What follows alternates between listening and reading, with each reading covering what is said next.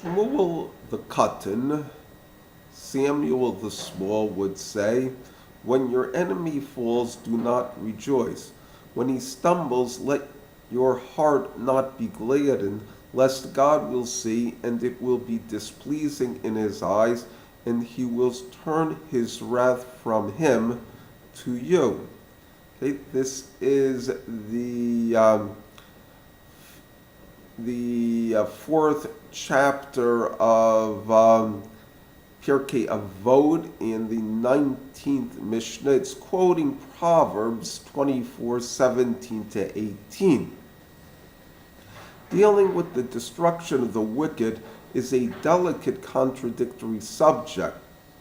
On one hand, it is normal for a person to be happy with the fall of the wicked, especially if he has been a victim of their persecution. On the other hand, a decent person will also feel bad about the death and ruin falling on any human being. In the American War against slavery, General Sherman brought its proponents to their knees by means of massive destruction. After an important victory, his soldiers held a large celebration. When General Sherman did not show up, they asked him why. He explained that he could not celebrate any victory that came over a mountain of dead bodies. In a similar vein, at the Pesach Seder, the Jews celebrate the destruction of the Egyptians drowned in the Red Sea. Nevertheless, a drop of wine is spilled from the cup of joy for each plague. This is because our joy is diminished because it came in connection with harm inflicted on others. This dichotomy is also captured in the laws concerning executions. It is required to publicly hang the corpse of the violator on a pole. However, it must be buried before nightfall because the curse of God is on it, and having it remain will defile the land.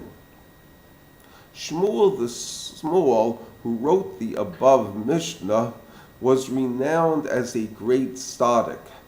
One day when the sages of the Talmud were dining, a voice from heaven declared concerning him that it was fitting that the divine presence should rest upon him, except this generation did not merit such a thing. In connection with this, Rabban Gamliel, the head of the Sanhedrin, entrusted him with the difficult task of writing a prayer concerning the hardship caused by apostates, informers, and enemies of the Jewish people. He wrote that they should have no hope, be destroyed in an instant, and speedily and in our days be uprooted, shattered, pounded, embarrassed, brought low, and subdued, and bless the God that does this. The prayer is included in the standard religious service today. The quote above from Proverbs is mentioned in his name because he frequently said it. It stands in contrast, though, to many verses that seem to say the opposite. A frequently cited one is, "In the good of the righteous the city rejoices, and when the wicked are lost there is song." Proverbs 11:10. The commentaries are often distressed by this sentiment, as it does not seem to be in the spirit of religion, and make many attempts to reconcile it with the spirit of Shmuel HaKatan.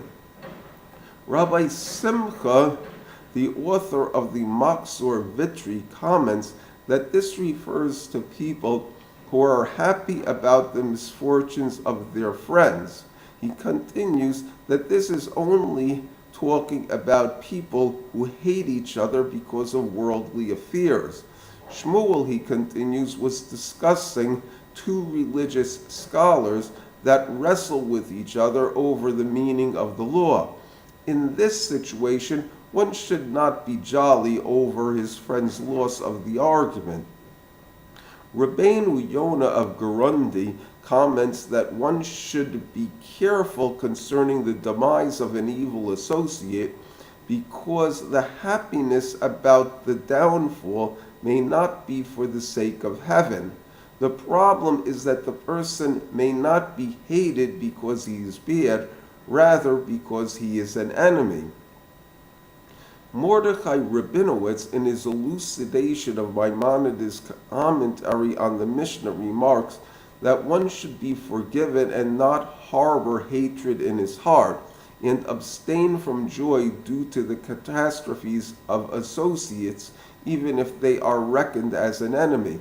However, with the downfall of Haman and others like him, it is suitable to celebrate. As it is said, when the malevolent are lost, there is song. In a conflict, sometimes the winning side is good, but has made mistakes. And sometimes the losing side is bad, but nevertheless had a reasonable grievance. Therefore, it is appropriate to celebrate victory in a war with parades, fireworks, speeches describing the heroism in battle. However, the celebration should not be ugly with things like gore or gratuitous humiliation of the loser. Neither should there be gloating frivolity or smug self-righteousness. The objective of the victor is to justify heaven's confidence in him and not to do anything that will restore the power of the enemy. Thank you.